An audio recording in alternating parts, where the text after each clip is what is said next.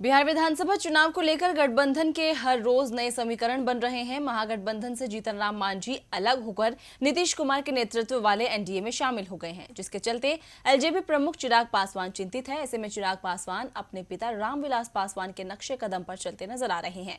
LJP Bihar में 15 साल पुराने सियासी फॉर्मूले के तहत चुनावी मैदान में उतरने की रणनीति अपना सकती है। तो क्या है पासवान की रणनीति, देखिए इस रिपोर्ट में। बिहार में सीटों के बंटवारे को लेकर एनडीए में घमासान छिड़ा हुआ है। जहां जेडीयू और बीजेपी ने तो 50-50 का फॉर्मूला अपना लिया, वहीं एलजेपी को अब तक पता नहीं चल पाया है कि पार्टी को कितनी सीटें दी जाएंगी। और अब तो जीतन राम मांझी के आने के बाद मुश्किलें और बढ़ गई हैं। इसीलिए अब चिराग पासवान भी 15 साल पुराने सियासी फॉर्मूले को अपनाने का मन बना रहे हैं। 2005 का फॉर्मूला ऐसा है जिसके तहत एलजेपी केंद्र में बीजेपी के नेतृत्व वाले एनडीए का हिस्सा भी बनी रहे और बिहार में उससे अलग होकर चुनावी किस्मत भी आजमा ले। दरअसल 2004 में कांग्रेस के नेतृत्व वाले यूपीए में आरजेडी और एलजेपी दोनों शामिल थे।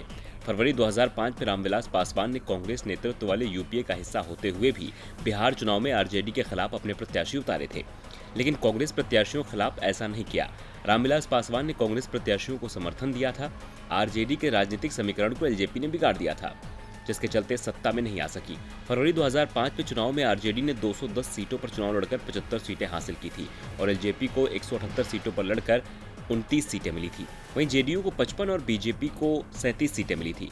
बिहार में किसी भी पार्टी को बहुमत नहीं मिल सका था और राष्ट्रपति शासन लगाना पड़ गया था।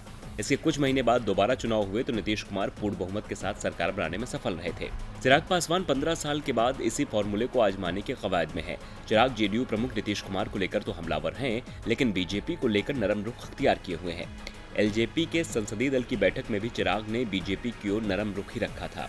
मीटिंग के दौरान इस बात को लेकर चर्चा हुई है कि जेडीयू के खिलाफ प्रत्याशी उतारना चाहिए।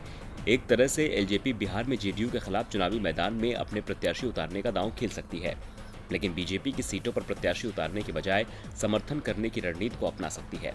इस तरह से एलजेपी केंद्र में एनडीए का हिस्सा बने रहते हुए केंद्रीय मंत्री की सीट भी बचा लेगी और जेडीयू से अपना हिसाब किताब भी बराबर कर लेगी। अब 1.5 दशक पुराना फॉर्मूला फिर से अमल में लाया जा सकता है। ऐसे में देखना दिलचस्प होगा कि बिहार की सियासत क्या नया मोड़ लेती है। टीवी लाइव की रिपोर्ट।